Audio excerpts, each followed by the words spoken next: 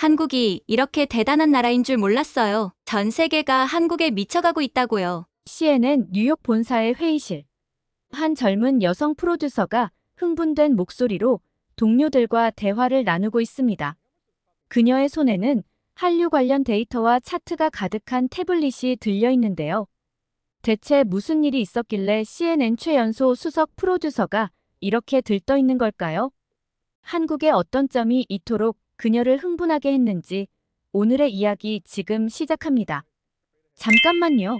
1초면 가능한 좋아요 버튼을 눌러주시면 영상 제작에 큰 힘이 됩니다. 안녕하세요. 저는 CNN의 최연소 수석 프로듀서 사라 콜린스입니다. 28살의 나이에 이 자리에 오르기까지 저는 세계 각국의 문화와 사회 현상을 다루는 다큐멘터리를 열정적으로 제작해왔죠. 그동안 수많은 나라를 다녀봤지만 최근 한국에서의 경험은 제 인생을 완전히 뒤흔들어 놓았어요. 처음 한국행을 결정했을 때만 해도 그저 또 하나의 평범한 취재라고만 생각했죠. BTS의 성공이 단순한 우연은 아닐 거라는 막연한 호기심 정도? 하지만 제가 한국에서 목격한 것은 단순한 아이돌 그룹의 성공을 넘어선 전 세계를 휩쓸고 있는 거대한 문화의 파도였답니다. 대체 무엇이 이토록 전 세계인의 관심을 사로잡았는지, 그리고 이 상대적으로 작은 국가가 어떻게 이런 막대한 문화적 영향력을 획득하게 되었는지 궁금했습니다. 이 의문을 안고 한국행 비행기에 탑승했죠. 당시에는 이것이 단순한 취재 그 이상이 될 거라고는 전혀 예상하지 못했습니다. 인천국제공항에 발을 내딛는 순간 이미 공기가 달랐어요. 활기찬 분위기, 세련된 시설, 그리고 어딘가 모르게 느껴지는 열정. 이곳이 제가 알던 아시아와는 다르다는 걸 직감했죠. 하지만 잠깐, 제가 어떻게 이곳까지 오게 됐는지 궁금하지 않으세요? 그 이야기는 5년 전으로 거슬러 올라갑니다. 당시 저는 갓 대학을 졸업한 신출내기 기자였어요. CNN에 입사한 지 겨우 6개월 아직 심부름이나 하는 말단 직원이었죠. 그러던 어느 날 선배 기자의 갑작스러운 병가로 K-팝 콘서트 취재 기회가 저에게 왔어요. 또 하나의 10대 팬덤 현상이겠지 라고 생각하며 별 기대 없이 현장으로 향했죠. 뉴욕 메디슨 스퀘어 가든. 그날 밤의 열기는 지금도 잊을 수 없어요. 공연장 앞은 이미 새벽부터 줄을 선 팬들로 장사진을 이뤘고 주변은 한국어로 가득했어요. 아미, 아미. 처음 들어보는 구호에 고개를 갸웃거렸죠. 공연이 시작되자 제 눈앞에서 믿을 수 없는 광경이 펼쳐졌어요. 무대 위 7명의 젊은이들이 완벽한 안무와 노래로 2만 명의 관객을 사로잡았죠. 더 놀라운 건 관객들이었어요. 10대부터 50대까지 다양한 인종의 팬들이 한국어 가사를 완벽하게 따라 부르고 있었거든요. 이게 대체 뭐지? 저도 모르게 중얼거렸어요. 콘서트가 끝나고 팬들과 인터뷰를 진행했는데 그들의 이야기에 더 놀랐어요. 한 중년 여성은 BTS 덕분에 우울증을 극복했다고 했고, 한 대학생은 한국어를 배우기 시작해 이제는 한국 유학을 꿈꾼다고 했죠. 심지어 60대 노신사는 손주와 함께 콘서트를 즐기러 왔다며 활짝 웃었어요. 그날 밤 저는 처음으로 한류라는 개념을 제대로 이해하게 되었습니다. 이건 단순한 음악이 아니었어요. 전 세계인의 마음을 사로잡는 강력한 문화 현상 그 자체였죠. 다음 날 저는 열정에 불타 기사를 썼어요. K-팝, 새로운 세계 문화의 중심에 서다 라는 제목의 그 기사는 CNN 온라인 뉴스의 조회수 신기록을 세웠고 저는 단숨에 스타 기자로 떠올랐답니다. 그 후로 저는 한국 문화에 깊은 관심을 갖기 시작했어요. 드라마를 보고 한국 음식을 먹어보고 심지어 한국어 공부도 시작했죠. 처음에는 그저 호기심이었어요. 하지만 점점 더 깊이 파고들수록 한국 문화의 매력에 빠져들었답니다. 5년이 흐른 지금 저는 CNN의 문화 섹션을 이끄는 최연소 수석 프로듀서가 되었어요. 한류를 다룬 여러 다큐멘터리를 제작했고 그 덕분에 빠르게 승진할 수 있었죠. 하지만 한 가지 의문은 여전했어요. 도대체 한국에 무엇이 이토록 강력한 걸까? 그래서 저는 직접 한국에 와 있는 거예요. 단순한 취재가 아닌 한류의 근원을 찾아 떠나는 여정이죠. 그리고 지금 인천국제공항에 발을 디딘 이 순간부터 제 인생이 완전히 바뀔 거라는 걸 어쩐지 직감할 수 있었어요. 인천국제공항에 도착하자마자 활기찬 분위기가 저를 반겼어요. 세련된 시설과 효율적인 시스템에 놀랐죠. 와, 이게 바로 한국의 저력인가 하는 생각이 들더라고요. 공항에서 나와 서울로 가는 길에 창밖 풍경이 눈길을 사로잡았어요. 현대적인 고층 빌딩들 사이로 전통 한옥이 보이는 독특한 모습이 펼쳐졌죠. 현대와 전통의 조화, 이게 바로 한국의 매력일까요? 택시 기사님과 대화를 나누며 한국어 실력을 뽐내보려 했는데 웃음거리가 되고 말았어요. 제 서툰 한국어에 기사님께서 웃으시며 영어로 하세요 라고 하시더라고요. 깜짝 놀랐답니다. 서울 도심에 들어서자 거리 곳곳에서 K-팝 음악이 흘러나왔어요. 화려한 네온 사인, 북적이는 인파, 이 도시는 살아 숨쉬는 것 같았어요. 호텔에 짐을 풀고 잠시 쉬었죠. 창밖으로 보이는 서울의 야경을 바라보며 생각했어요. 내일부터 본격적인 취재구나. 설렘과 긴장이 동시에 밀려오더라고요. 다음 날부터 본격적인 취재가 시작될 테니 컨디션 관리가 중요하다고 생각했어요. 그래서 평소보다 일찍 잠자리에 들었죠. 머릿속으로는 취재 계획을 다시 한번 정리하면서요. 내일은 어떤 사람들을 만나게 될까? 뭘 보고 듣게 될까? 이런저런 생각을 하다 잠이 들었어요. 그때만 해도 이 한국 방문이 제 인생을 이렇게 크게 바꿔놓을 줄은 꿈에도 몰랐답니다. 어떤 놀라운 경험들이 저를 기다리고 있는지 그땐 정말 상상도 못했어요. 아침 일찍 일어나 첫 인터뷰 장소로 향했어요. 한류 열풍의 중심지인 강남의 한 엔터테인먼트 회사였죠. 도착하자마자 놀라운 광경과 마주쳤어요. 와, 이게 다 뭐예요? 회사 로비에 전시된 수많은 트로피와 상패들을 보고 깜짝 놀랐어요. 회사 대표님이 미소 지으며 설명해 주셨죠. 이건 우리 아티스트들이 받은 세계 각국의 음악상이에요. 빌보드 뮤직 어워드, 그래미, MTV 어워드. 이제는 K-팝이 세계의 음악의 중심이 되었다고 해도 과언이 아니죠. 인터뷰를 진행하면서 K-팝의 성공 비결에 대해 들었어요. 철저한 트레이닝 시스템, 글로벌 팬들과의 긴밀한 소통, 그리고 끊임없는 혁신. 이 모든 것이 한류의 힘이었던 거죠. 우리는 단순히 음악만 팔지 않아요. 우리는 꿈과 희망, 그리고 새로운 문화를 전파하고 있죠. 대표님의 말씀에 깊이 감동받았어요. 점심시간, 회사 구내식당에서 식사를 하게 됐는데 이것도 놀라움의 연속이었어요. 이게 다 무료예요? 제가 물었더니 직원 한 분이 웃으면서 대답해 주셨어요. 네, 우리 회사는 직원 복지가 정말 좋거든요. 헬스장, 카페, 심지어 미용실도 있답니다. 오후에는 연습생들의 훈련 현장을 참관했어요. 힘든 훈련 속에서도 미래의 꿈을 향해 열정적으로 노력하는 모습에 감동받았죠. 저희의 목표는 단순히 스타가 되는 게 아니에요. 한국 문화를 전 세계에 알리는 문화대사가 되는 거예요. 한 연습생의 말에 제 마음이 뭉클해졌어요. 그날 저녁,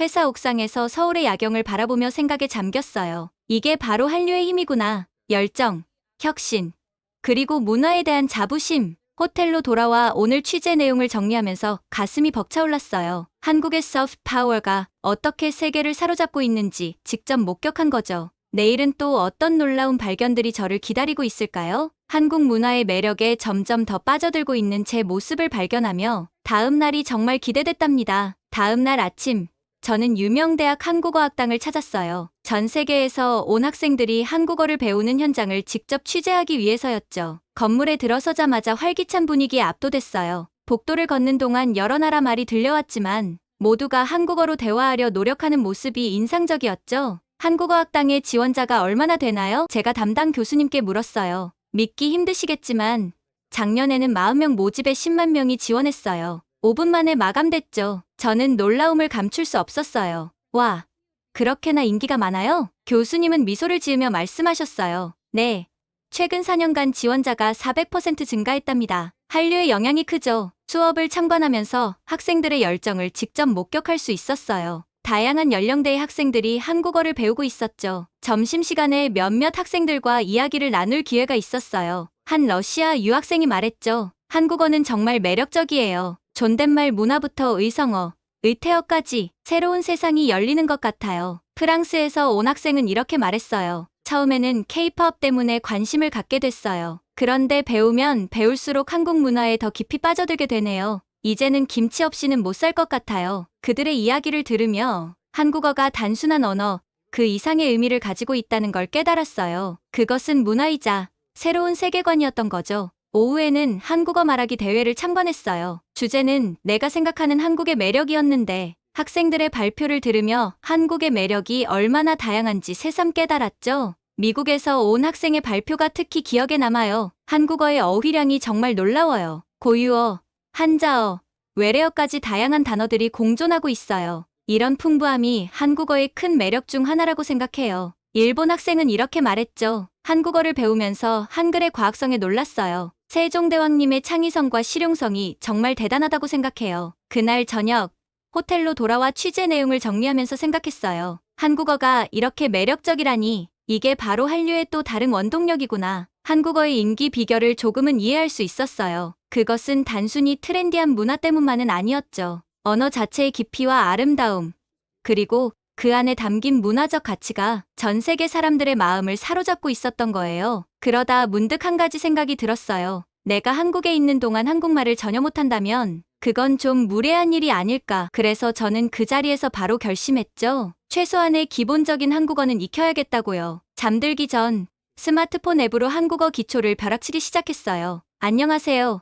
감사합니다. 주세요 같은 기본 인사와 간단한 표현들을 반복해서 연습했죠. 발음이 서툴러 웃음이 나왔지만 이렇게라도 시작하는 게 중요하다고 생각했어요. 내일부터는 인터뷰할 때 한국어로 인사라도 해야지. 이런 생각을 하며 잠이 들었답니다. 다음 날, 저는 서울 강남에 위치한 대형 e스포츠 경기장으로 향했어요. 한국이 왜 게임 강국으로 불리는지 직접 확인하고 싶었거든요. 경기장에 도착하자마자 놀라움의 연속이었어요. 밖에서부터 길게 줄 선 팬들, 선수들의 얼굴이 크게 프린트된 응원 플래카드들, 마치 월드컵 경기장에 온 것 같았죠. 안녕하세요. 저는 배운 대로 한국어로 인사를 건넸어요. 경기장 관계자분이 환하게 웃으며 반갑게 맞아주셨죠. 경기장 내부는 더 놀라웠어요. 최첨단 장비들, 대형 스크린, 그리고 열광적인 관중들. 이건 단순한 게임이 아니라 하나의 거대한 스포츠 행사였어요. 한 게임 감독님과 인터뷰를 할 기회가 있었는데 그분의 말씀이 특히 인상적이었어요. 한국은 스타크래프트 프로리그를 시작으로 지금의 LCK까지 수많은 대회를 주도적으로 개최하면서 e스포츠를 빠르게 발전시켰습니다. 이 과정에서 수많은 팀들이 생겨났고 프로게이머는 물론 게임 감독과 코치들의 수준도 함께 올라갔죠. 그의 말을 들으며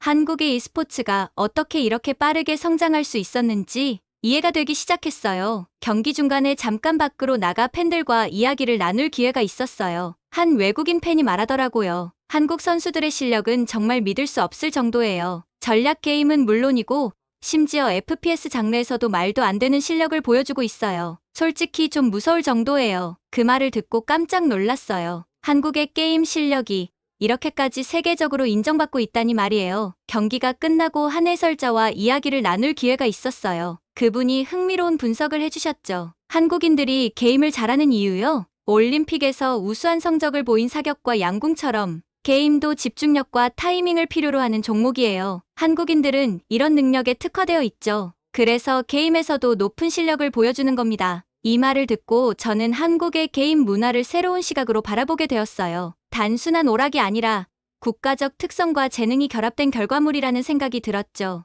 호텔로 돌아오는 길에 생각했어요. 한국의 게임 문화는 단순한 오락을 넘어 하나의 산업, 문화 수출로 발전했구나. 그리고 그 중심에는 한국인들의 집중력, 끈기, 그리고 혁신이 있었던 거죠. 침대에 누워 오늘 하루를 되새겨보니 한국이라는 나라가 새삼 놀랍게 느껴졌어요. 처음에는 K-팝과 드라마로만 알고 있었는데 알면 알수록 정말 대단한 나라라는 생각이 들었죠. IT 강국, 문화 강국에 이어 이제는 e스포츠 강국으로까지. 한국은 어떻게 이렇게 다방면에서 세계를 주도할 수 있는 걸까요? 그 비결이 정말 궁금해졌어요. 한국은 참 매력적인 나라구나. 저도 모르게 중얼거렸어요. 앞으로 또 어떤 분야에서 세계를 놀라게 할지 정말 기대돼. 그날 밤 저는 게임 관련 한국어 용어들을 찾아보기 시작했어요. 아이템, 렉, 본캐, 이런 단어들이 이제는 세계 공용어가 되어가고 있다니 정말 신기했죠. 한국의 또 다른 모습, 그것도 세계를 주도하는 모습을 발견한 하루였어요. 내일은 또 어떤 놀라운 경험이 저를 기다리고 있을까요? 기대되면서도 한편으로는 긴장됐답니다. 하지만 한 가지 확실한 건 이 나라에 대해 더 많이 알고 싶다는 열망이 점점 커지고 있다는 거예요. 다음 날 아침 일찍 서울대학교에 도착했어요. 캠퍼스에 들어서자마자 예상치 못한 광경과 마주쳤죠. 잔디밭 한가운데서 학생들이 로봇을 조종하고 있었어요. 이게 뭐 하는 거예요?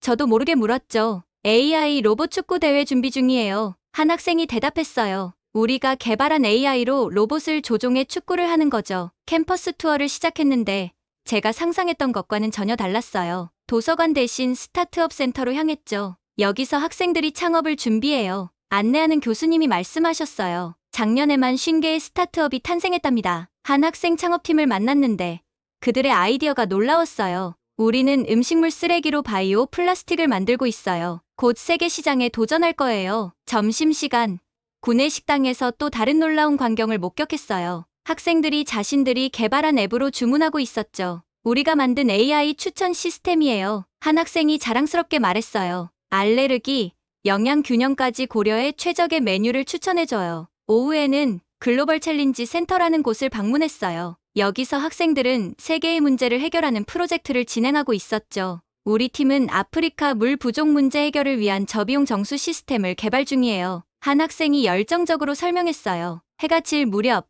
캠퍼스를 나오면서 한 교수님의 말씀이 깊이 와닿았어요. 우리는 단순히 시험 점수를 높이는 교육을 하지 않아요. 세상을 변화시킬 수 있는 창의적인 인재를 키우는 거죠. 호텔로 돌아오는 길에 생각했어요. 한국의 교육은 제가 알고 있던 것과는 전혀 달랐어요. 암기와 경쟁이 아닌 혁신과 도전 정신으로 가득 찬 현장이었죠. 그날 밤 노트북을 펴고 한국의 교육 혁신 사례들을 더 찾아보기 시작했어요. 이 나라가 어떻게 세계를 선도하는 기술 강국이 되었는지 그 비밀이 조금은 이해가 되기 시작했답니다. 그때 휴대폰이 울렸어요. 발신자를 보니 파리올림픽 때 우연히 만나 친해진 한국방송국의 김민수 기자였죠. 당시 삼성 갤럭시 플립의 대성공을 함께 취재하면서 연락처를 교환했었죠. 안녕하세요, 사라. 내일 일정 준비는 다 되셨나요? 삼성과 LG에서 특별 취재 허가를 받았어요. 최신 기술을 직접 체험해 볼 수 있을 거예요. 와, 정말요? 너무 기대돼요. 감사합니다.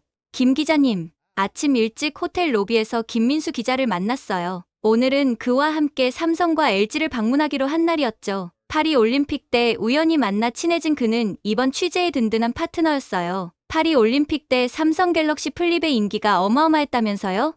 차에 오르며 물었어요. 김 기자가 웃으며 대답했어요. 맞아요. 특히 갤럭시 Z 플립 6 올림픽 에디션이 대성공이었죠. 매달 수여식에서 선수들이 빅토리 셀피를 찍는 모습이 전 세계에 중계됐으니까요. 삼성 디지털시티에 도착하자 우리를 반갑게 맞아주는 직원들이 있었어요. 우와, 이게 바로 최신 폴더블 프로토타입인가요? 제품 전시관에 들어서자마자 눈이 휘둥그레졌어요. 네, 아직 시장에 나오지 않은 제품이에요. 갤럭시 AI 기술이 탑재되어 있죠. 이 기술이면 스마트폰과 태블릿의 경계가 모호해질 거예요. 삼성 연구원의 설명에 감탄이 절로 나왔어요. 그때 김 기자가 물었어요. 올림픽에서 5G 연결 기술을 활용했다고 들었는데 어떤 효과가 있었나요? 아, 그건 정말 대단했어요. 특히 갤럭시 S 울트라로 파리 마르세유의 요트 경기를 실시간 중계했죠. 팬들의 반응이 폭발적이었습니다. AS 센터도 방문했는데 그곳에서 또 한 번 놀랐어요. 수리가 2시간 만에 끝난다고요? 네, 빠르면 1시간이면 돼요. 미국에선 상상도 못할 일이죠? 삼성에서의 시간이 눈 깜짝할 사이에 지나갔어요. 다음은 LG전자였죠. 그곳에서 본 AI 기반 스마트홈 시스템은 정말 미래에서 온 것 같았어요. 이 냉장고가 식재료를 인식하고 레시피를 추천한다고요? 제가 물었어요. LG 연구원이 고개를 끄덕였어요. 맞아요. 그리고 연결된 오븐에 자동으로 온도와 조리 시간을 설정해줍니다. 5G와 AI의 결합으로 가능해진 거죠. 올레드 TV 시장에서 독보적인 위치를 차지하고 있다고 들었어요. 김 기자가 말했어요. 맞습니다. 2021년에는 올레드 TV 판매가 전년 대비 116% 증가했어요. 글로벌 시장에서 19.2%의 점유율을 기록했죠. 특히 인상 깊었던 건 LG의 롤러블 TV였어요. 화면이 말려 올라가네요. 네. 이게 바로 우리의 차세대 디스플레이 기술입니다. 공간 활용도를 극대화하면서도 대형 화면을 즐길 수 있죠. 하루 종일 첨단 기술을 체험하고 나니 머리가 어질어질했어요. 한국의 기술력이 이렇게나 앞서 있다니 한국인들은 정말 미래의 도시에서 살고 있는 것 같아서 너무 부럽더라고요. 저녁에 김 기자와 식사를 하며 이야기를 나눴어요. 사실 이런 기술력의 이면에는 치열한 경쟁이 있어요. 그가 말했어요. 삼성과 LG의 경쟁이 결국 세계 최고의 기술을 만들어냈죠. 삼성은 18년 연속 글로벌 TV 시장 1위예요. 특히 75인치 이상 초대형 TV 시장에서는 독보적이죠. LG도 만만치 않던데요? 제가 말했어요. 가전제품과 올레드 TV에서 세계적인 리더라니. 맞아요. 두 회사 모두 각자의 분야에서 세계를 선도하고 있어요. 삼성은 스마트폰과 TV, LG는 가전제품과 프리미엄 TV. 이런 경쟁이 결국 한국을 기술 강국으로 만든 거죠. 고개를 끄덕이며 생각에 잠겼어요. 한국의 힘은 문화만이 아니었어요. 끊임없는 혁신과 도전 정신, 그리고 그 바탕에 있는 치열한 경쟁. 이것이 한국을 세계 최고의 기술 강국으로 만든 비결이었어요. 저녁 식사를 마치고 호텔로 돌아가는 길에 김 기자가 흥미로운 이야기를 들려주었어요. 사실 삼성과 LG의 관계가 단순한 경쟁 관계만은 아니에요. 두 기업은 선의의 경쟁을 통해 서로를 발전시키고 있죠. 선의의 경쟁이요. 어떤 의미인가요? 제가 궁금해서 물었어요. 두 회사가 서로를 견제하면서도 동시에 자극하는 관계라고 할 수 있어요. 한 회사가 혁신적인 제품을 내놓으면 다른 회사도 더 나은 제품을 만들기 위해 노력하죠. 이런 과정이 반복되면서 두 회사 모두 발전하고 결과적으로 한국의 기술력도 높아지는 거예요. 와, 그렇군요. 경쟁이 꼭 나쁜 것만은 아니네요. 맞아요. 예를 들어 삼성이 폴더블 스마트폰을 출시하면 LG는 롤러블 디스플레이로 대응하죠. TV 시장에서도 삼성의 QLED와 LG의 OLED가 서로 기술을 발전시키며 경쟁하고 있어요. 이런 경쟁이 결국 한국을 디스플레이 강국으로 만든 거죠. 이 이야기를 들으니 한국의 기술력이 어떻게 이렇게 빠르게 발전할 수 있었는지 이해가 되기 시작했어요. 치열하지만 건설적인 경쟁, 그리고 그 속에서 피어나는 혁신. 이것이 바로 한국 기술의 비밀이었던 거예요. 내일은 어디로 가나요?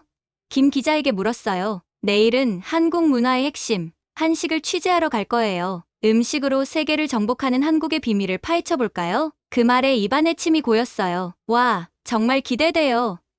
사실 파리 올림픽 때 한식의 위대함을 직접 경험했거든요. 선수촌에서 비빔밥과 불고기가 얼마나 인기였는지 몰라요. 외국 선수들이 줄을 서서 기다릴 정도였죠. 김 기자가 고개를 끄덕였어요. 그랬죠. 한식이 올림픽을 통해 세계적으로 더 유명해졌어요. 이번엔 그 맛의 비결을 직접 파헤쳐 볼 수 있을 거예요. 정말 기대돼요. 파리에서 맛본 한식도 너무 맛있었는데 한국에서 먹는 한식의 맛은 어떨지 너무 궁금해요. 이미 경험한 맛있는 기억 때문에 더욱 기대하게 됐죠. 그날 밤 호텔로 돌아와 노트북을 펼쳤어요. 며칠간의 취재 내용을 정리하면서 오늘 본 것들이 다시 한번 생생하게 떠올랐죠. 오늘 하루 동안 본 한국의 기술력은 정말 놀라웠어요. 스마트폰, TV, 가전제품, 모든 분야에서 세계를 선도하고 있다니. 이런 나라가 또 있을까요? 한국이 어떻게 이렇게 빠르게 기술 강국이 되었는지 그 비결은 끊임없는 도전 정신이었어요. 삼성과 LG의 선의의 경쟁이 이렇게 대단한 결과를 만들어냈구나. 키보드를 두드리며 생각했어요. 세계 시장을 주도하는 기술력의 배경에는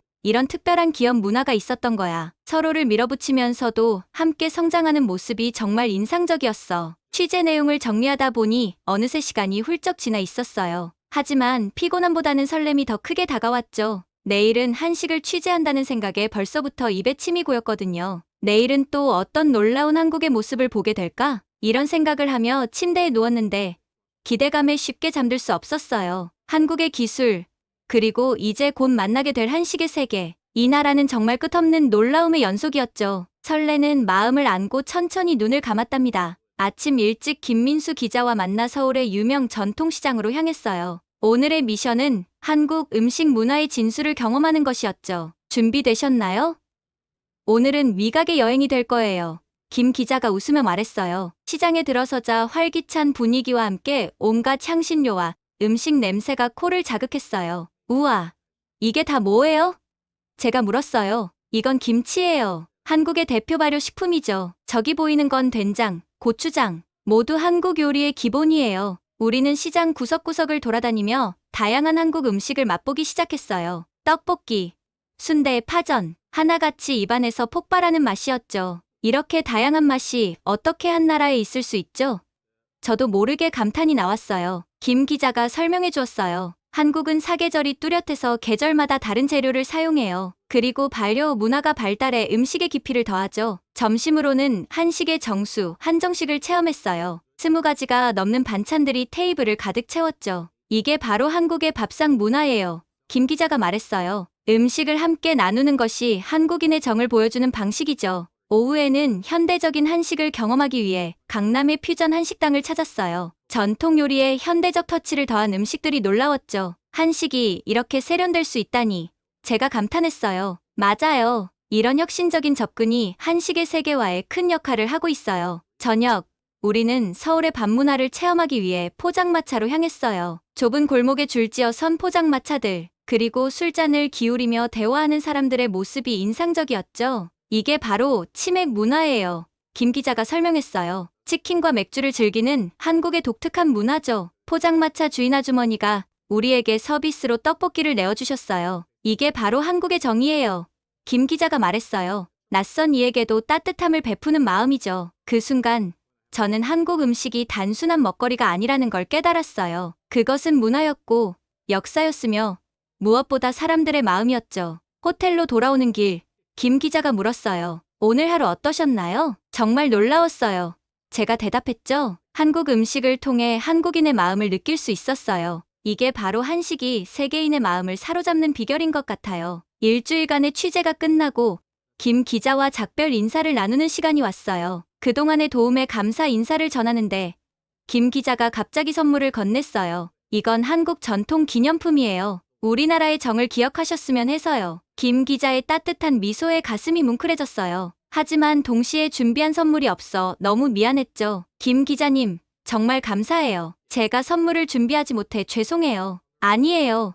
이것도 우리의 정문화예요. 김 기자가 웃으며 말했어요. 다음에 미국에 오시면 꼭 연락주세요. 그땐 제가 가이드가 되어드릴게요. 따뜻한 작별 인사를 나누고 호텔로 돌아왔어요. 방에 앉아 노트북을 펴고 한국의 힘에 대한 기사를 쓰기 시작했죠. 방에 돌아와 오늘의 경험을 정리하며 생각했어요. 한국의 기술력도 놀랍지만 음식 문화에 담긴 정이야말로 한국의 진정한 매력이 아닐까? 그리고 이런 따뜻한 마음이 결국 한국을 이렇게 발전시킨 원동력이 아니었을까 하는 생각이 들더라고요. 저는 기사를 써내려가기 시작했어요. 한국은 단순한 K-팝의 나라가 아니었다. 첨단 기술과 전통이 공존하는 이 나라의 진정한 힘은 사람에 있었다. 기사의 첫 문장을 적으며 일주일 동안의 경험이 주마등처럼 스쳐 지나갔어요. 삼성과 LG에서 본 놀라운 기술력, 한식에 담긴 정성과 따뜻함, 그리고 곳곳에서 만난 사람들의 친절. 한국의 발전 원동력은 끊임없는 혁신 정신과 함께 우리를 중요시하는 공동체 의식이었다. 이는 기업 문화에서도 음식을 나누는 문화에서도 뚜렷이 나타났다. 키보드를 두드리며 생각했어요. 한국은 제가 알고 있던 것보다 훨씬 더 복합적이고 매력적인 나라였어요. 첨단 기술과 전통 문화의 조화, 그리고 그 모든 것을 아우르는 정의 문화. 앞으로 한국의 글로벌 영향력은 더욱 커질 것으로 전망된다. 단순한 문화 수출을 넘어 기술 혁신과 인간미 넘치는 접근으로 세계 무대에서 독특한 위치를 차지할 것이다. 기사를 마무리하며 문득 깨달았어요. 제 시각도 완전히 바뀌었다는 걸요. 한국은 이제 단순한 취재 대상이 아닌 제 마음속에 특별한 자리를 차지한 나라가 되어 있었어요. 창밖으로 서울의 밤이 빛나고 있었어요. 이 도시, 이 나라의 미래가 어떻게 펼쳐질지 상상하니 가슴이 설렜습니다. 언젠가 꼭 다시 와야겠다고 다짐하며 마지막 문장을 적었어요. 한국의 진정한 매력은 계속해서 세계를 놀라게 할 것이다. 그리고 나는 그 여정을 지켜볼 특별한 증인이 되었다. 기사를 마무리하며 제 일주일간의 한국 취재는 끝났지만 그 기억은 평생 잊지 못할 거예요. 오늘 사연은 여기까지입니다. CNN의 젊은 프로듀서 사라 콜린스가 한국을 취재하면서 겪은 놀라운 경험 어떠셨나요? 처음에는 단순히 K-팝과 한류의 인기에 대해 알아보려 했지만 결국 한국의 진정한 모습과 숨겨진 저력을 발견하게 된 그녀의 여정이 인상적이었습니다. 한국의 뛰어난 기술력, 특히 삼성과 LG의 세계적인 경쟁력이 어떻게 형성되었는지 알 수 있었죠. 또한 한식에 담긴 정의 문화가 어떻게 세계인의 마음을 사로잡고 있는지도 보여주었습니다. 이번 이야기를 통해 한국의 발전 원동력이 단순한 경제적 성장이 아닌 끊임없는 혁신 정신과 따뜻한 인간미의 조화에 있다는 것을 다시 한번 확인할 수 있었습니다. 여러분은 한국의 소프트 파워에 대해 어떻게 생각하시나요? 앞으로 한국이 세계에 어떤 영향을 미치게 될지 여러분의 의견을 댓글로 남겨주세요. 감동 뭉클은 여러분의 소중한 마음을 모아 사연 주인공들에게 전해드리고 있습니다. 여러분 주변에 감동적이거나 재미있는 실제 사연들을 제보받고 있으니 언제든 저희 공식 메일로 제보해주세요. 여러분이 보내주신 사연이 다음 영상의 주인공이 될 수 있습니다.